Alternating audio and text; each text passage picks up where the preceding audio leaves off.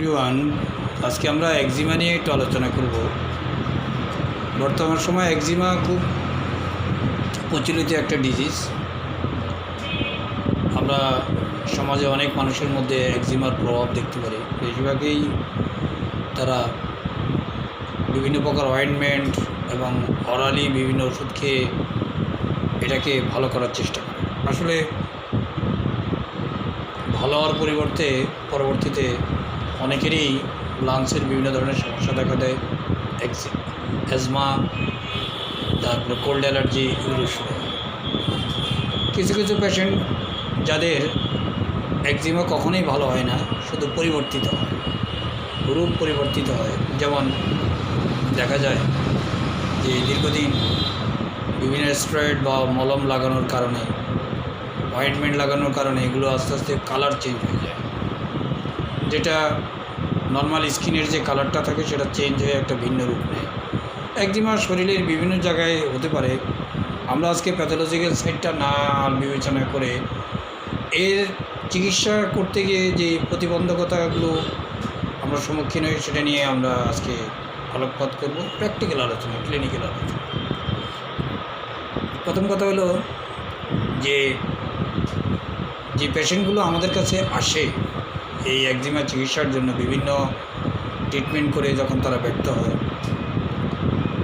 মূলত আমরা দেখি মাইন্ড সিস্টেমে যারা ট্রিটমেন্ট করে তাদের ক্ষেত্রে আমি বলছি, মূলত আমরা দেখি যে ফিজিক্যাল রিলেট মাইন্ড কিছু সিমটম যারা ধরে ওষুধ দেওয়ার পর অনেক ক্ষেত্রেই এই ধরনের একজিমা খুব একটা ভালো হয়। এর কারণটা কি? রুব্রিক ঠিক আছে, মেডিসিন ঠিক আছে, কাজ হচ্ছে না। প্রধান যে কারণটা আমি আমার দীর্ঘ অভিজ্ঞতার আলোকে বলছি,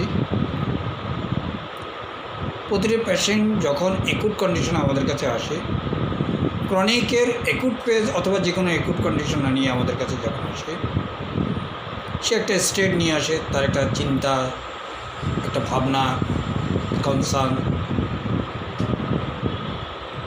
তার এটা নিয়ে একটা প্রগনোসিস সে তৈরি করে, ফিউচার একটা অ্যান্টিসিপেশন তৈরি করে সে। বাট এর উপরে বেস করে যদি আমরা ওষুধ দিই, অনেক ক্ষেত্রে কাজ হওয়ার সম্ভাবনা কম থাকে। একটা বডিতে ভাইটাল ফোর্সের উপর মেডিসিন কীভাবে কাজ করে সেটা আমরা একটু আলোচনা করি, কিন্তু ভিন্নভাবে আলোচনা করি। আমাদের মাত্রা অ্যানিমেন এই বিষয়ে বিস্তারিত আলোচনা করে গেছে। প্র্যাকটিক্যাল আলোচনা যেটা করছি, আমরা অনেক সময় রাইট সিমিলিমাম আমরাই ভাবি যে রাইট সিমিলিমাম হয়ে গেছে, তারপরেও কেন ওষুধটা প্রপারলি ওয়ার্ক করছে না। এর যে প্রধান কারণ যেটা,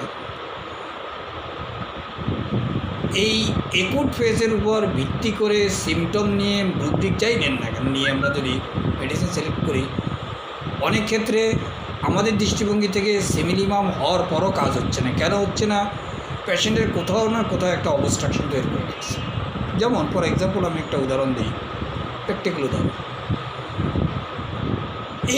যে ব্যক্তি আমার কাছে একজিমার জন্য চিকিৎসার জন্য এসেছে, তার প্রেজেন্ট কন্ডিশনের উপর আমি মেডিসিন দিলাম, বাট তার অতীতের কোনো একটা ঘটনা তার মেন্টালি সে এটা তার উপরে প্রভাব বিস্তার করে রাখছে, প্রভিনেন্ট করে তার উপরে বিস্তার করে রাখছে।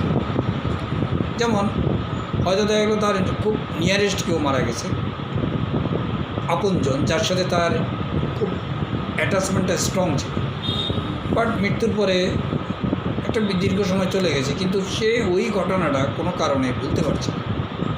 তার মনের উপরে বিশাল প্রভাব বিস্তার করছে, গভীর লেভেলে সে এটাকে এখনও সাস্টেইন করছে।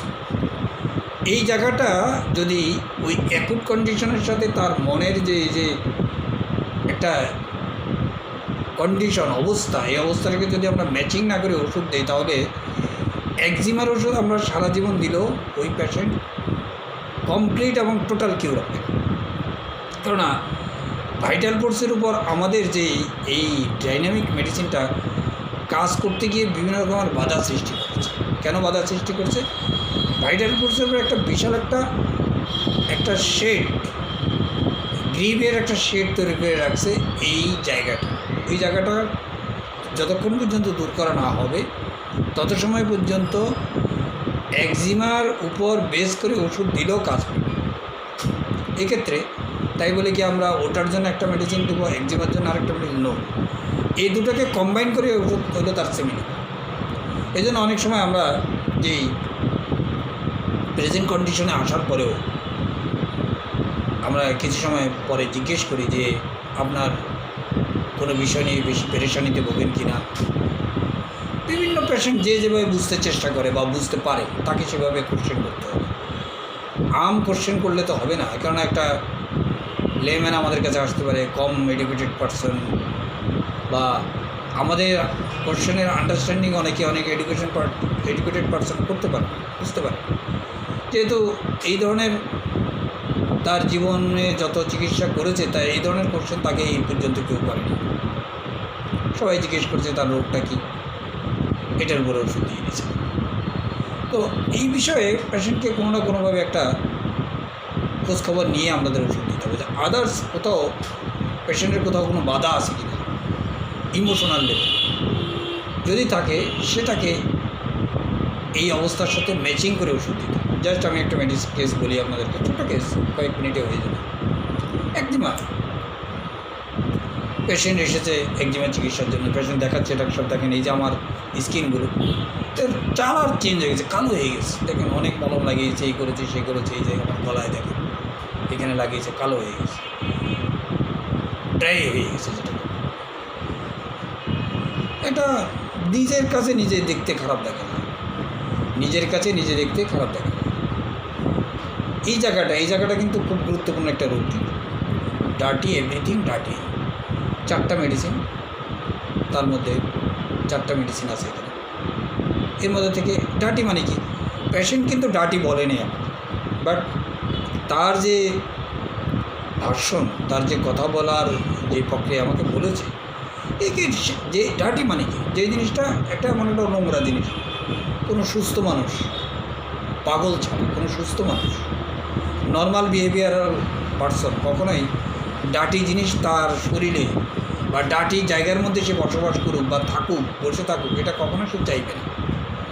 কেন, হিউম্যান বিইংয়ের এক্সাক্ট যে নেচার, সে ডার্টিকে সবসময় অ্যাভয়েড করবে।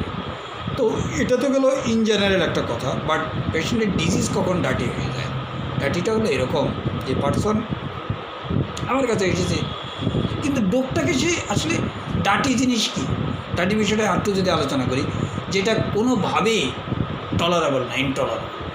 যদি সেখানের মধ্যে আমার থাকতেও হয়, অনেক কষ্ট করে আমাকে এটাকে মানে মেনে নিতে হচ্ছে, যেটা আসলে আমার যে কী বলে এটাকে ফিতরাত, এই ফিতরাতের সাথে মিল নেই। ব্যক্তি মানুষটার ফিতরাতের সাথে কিন্তু বাধ্য হয়ে সে এটাকে মেনে নিতে হচ্ছে, এখানে থাকতে হচ্ছে, সাস্টেন করতে হচ্ছে, তাকে বসবাস করতে হচ্ছে। ঠিক আমার শরীরে এমন কোনো জিনিস যেটা আমি কোনোভাবেই নিজের চোখে আমার কাছে এটা ডার্টি মনে হয়, যে এটা নোংরা, এটা ভালো না, এটাকে আমি চাই না, কিন্তু তারপরেও এটাকে নিয়ে আমি বহন করতে হচ্ছে। ঠিক এরকমভাবে পেশেন্ট ডাইরেক্ট ডার্টি বলবে না, সব দেখতে কেমন ডার্টি জিনিস মানে কি, নোংরা জিনিস মানুষের দেখতে ভালো লাগে না, এর গন্ধ ভালো লাগে না, এর জীবন থেকে চলে যেতে পারলে সবচেয়ে ভালো হয়, এরকম। এই ভাষণটাকে আমাদেরকে বুঝতে হবে। এখানে পেশেন্ট তাই বলছে তার একদম এটা এমন একটা অবস্থা, এটা তার জন্য একটা নোংরা বিষয় হয়ে গেছে, এই জন্য আমরা ডার্টি, এভরিথিং ডার্টি হবে।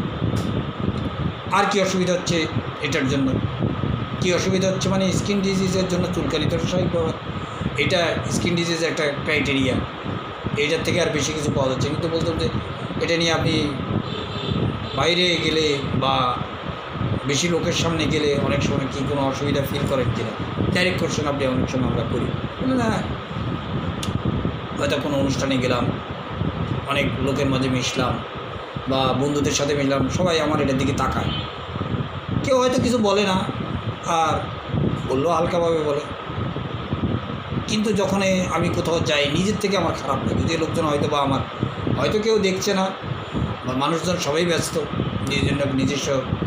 নিজের বিষয় নিয়ে, অন্যের ব্যাপারে মনোযোগ দিবে কম। তারপর আমার কাছে মনে হয় যে না, কেমন যেন আমি নিজেকে একটা স্বস্তিবোধ ফিল করি না। এটাই হলো এলিমেন্ট ফ্রম এমব্রেসমেন্ট। এমব্রেসমেন্ট শব্দের অর্থ হলো আনইজি। আমি ব্যক্তি নিজে ভিতর থেকে ফিল করা শুরু করি যে এই পরিবেশের সাথে আমি নিজেকে খাপ খাওয়াতে পারছি না, আমার যে চেহারা, আমার যে ফেস, আমার যে শারীরিক অবস্থা, এদের সাথে অন্যদের সাথে কেমন যেন আমাকে ব্যাকআপ লাগে। এই জিনিসটা আমি ভিতর থেকে ফিলিংসটা আমার আসে, এটাকে বলবো আমরা এমব্রেসমেন্ট। তাই এর সাথে আমরা অ্যাড করলাম এলিমেন্ট ফ্রম এমব্রেসমেন্ট। এরপরে পেশেন্ট বলে, আর কি মনে হয় রোগটা নিয়ে আপনার? বলুন ডাক্তার সাহেব, এক এক সময় যখন ভাবতে থাকি, ফিমেল পার্সন স্বাভাবিক ব্যাপার, ফিমেলদের তাদের সৌন্দর্যের হানি হয় এমন ডিজিজ যদি তার জীবনে আসে বা তার শরীরে আসে, তবে সেটা নিয়ে অনেক বেশি তারা ভাবে।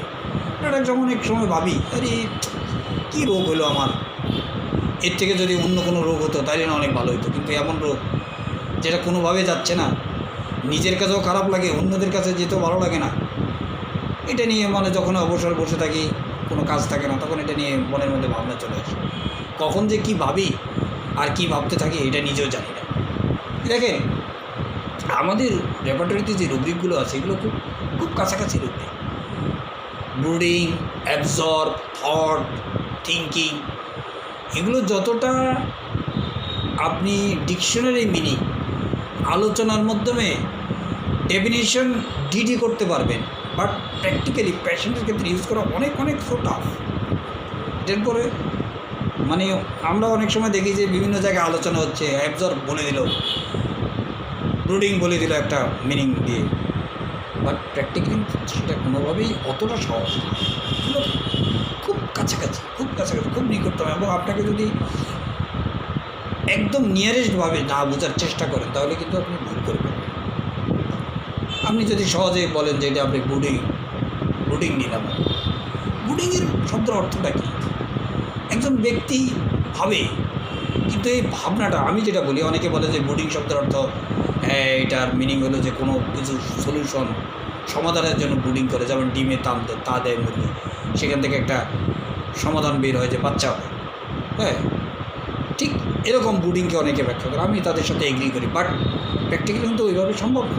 পেশেন্ট বলবে, এখন এই যে পেশেন্ট যে কথাটা বললে, এটাকে আপনি ব্রুডিংয়ে নেবেন, অ্যাবজর্বে নেবেন, না থটে নেবেন? ব্রুডিং যেখানে হবে, পেশেন্ট একটা ভাবনার জগতে চলে যায়। আমি আপনাকে সহজে বলি, কোনো একটা বিষয়ে, তার বিষয় বা তার বাইরের বিষয়, তার সাথে লিঙ্ক আছে বা লিঙ্ক নেই, সেটা তার আমাদের মধ্যে অনেক থট আসে, অনেক চিন্তা আসে, কিন্তু সব কিছু নিয়ে আমরা এটাকে ভাবি না। আসার পর কিছু সময় পর সেটা অটোমেটিক চলে যায়। কিন্তু ব্রুডিংওয়ালা এটা নিয়ে ভাবে, এই ভাবনাটাই ইন্টেনশনালি হয় না। সবচেয়ে বড় কথা হলো এটা ইন্টেনশনালি হয় না। ভাবনাটা আসলো, এই ভাবনার ভিতরে সে নিজে ওই ভাবনার রেলে সে চলল। ভাবনাটা মনের মধ্যে, আর সবার মনে ভাবনা আসে, আসার পর সে ভাবনাটা অনেক সময় ধরে রাখে না, ছেড়ে দেয়, অল্প সময় পরে চলে গেলে আরেকটা ভাবনা চলে আসে। কিন্তু ব্রুডিংওয়ালা কোনো একটা ভাবনা আসার সাথে সাথে সেটাকে সে ক্যাচ করে ওটার উপরে সে চলে যায়, ওটার মধ্যে সে ঘুরতে থাকে। এটা ঘোরাটা একেবারে আনকনসিয়াসলি হয় এমনটা না। সবচেয়ে মজার কথা হলো যে আনকনসিয়াসলি হয় এমনটা। পেশেন্ট বুঝতে পারে যে সে একটা ভাবনার মধ্যে আছে, ইচ্ছা করলে সে যে কোনো সময় এই ভাবনা থেকে বেরিয়ে আসতে পারে, তবে ভাবে যে কেন এটা হচ্ছে। এই যে কেন শব্দটা, এটাই ওয়ান কাইন্ড অফ সলিউশন। আসলে এটা কোনো সলিউশনের জন্য সে ভাবে না, ভাবনার সলিউশনের জন্য সে ভাবেও না, বাট ভাবনাটা আসার পর ভাবনাটা রেলে সে চড়ে বসে, এবং সেখানে সে একটা চিন্তা হয় কেন এটা হচ্ছে। শেষ পর্যন্ত সে এর একটা সলিউশন বের করতে পারে এমন কোনো কথা নেই, বের হয়ও না।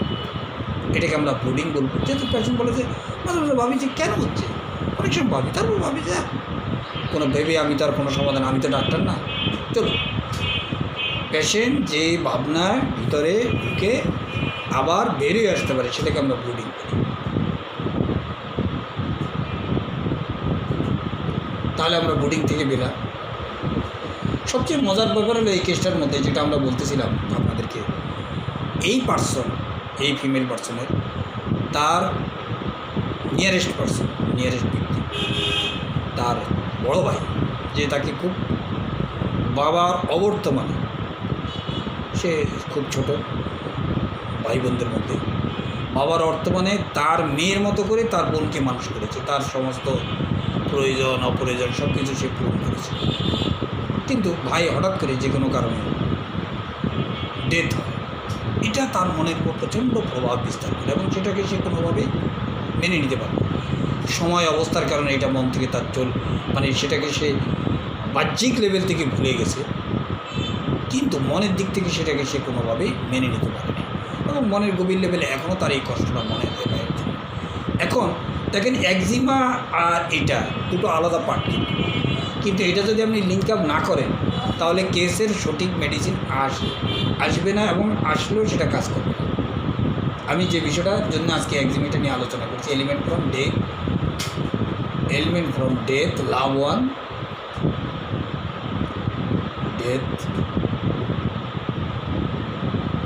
ওয়ান, প্যারেন্টস অর ফ্রেন্ডস এই জন্যই না হচ্ছে যে আসলে লাভ মানে অনেক বড় স্কেল। যখন স্পেসিফিক কোনো ব্যক্তি মৃত্যু, সেটার সাথে তার দায়িত্ব কর্তব্যের একটা ব্যাপার স্যাপার থাকে। যেমন বাবা মারা গেছে, বাবা এজেড অবস্থায় যদি মারা যায় সেটা আলাদা ব্যাপার, কষ্ট মনে হয়, বাবার কথা মনে হয়, খুব আদর করতে, একসাথে বসে খেতাম, অনেক সুন্দর সুন্দর কথা। কিন্তু এমন একটা এজে বাবা মারা গেছে যে এজটা টেন্ডার এজ, এখনও বাবার দায়িত্ব কর্তব্য তার উপরে রয়ে গেছে এবং সেই কর্তব্য পালন করে যাচ্ছিল। এই জন্য প্যারেন্টিয়াল লেভেলে যখন বা ফ্রেন্ডের সাথে এমন একটা রিলেশন তৈরি হয়েছে, ফ্রেন্ড যখন দূরে চলে যায় তখন এক ধরনের ফ্রেন্ড একসাথে বসেছে, খেয়েছে, 24 ঘন্টার মধ্যে 18 ঘন্টা একসাথে কাটিয়েছে। হ্যাঁ, গার্লফ্রেন্ড হতে পারে, বয়ফ্রেন্ড হতে পারে, যেটার প্রভাব খুব কাছাকাছি ছিল, খুব প্রভাব বেশি ছিল, সেখানে আমরা প্যারেন্টস আর ফ্রেন্ডস ধরে দিতে পারি। তো এই রুটিনটা আমরা অ্যাড করে দিলাম। এখন আমাদের মেডিসিন আসলো নেটটামিউর, খুব ইজি মেডিসিন।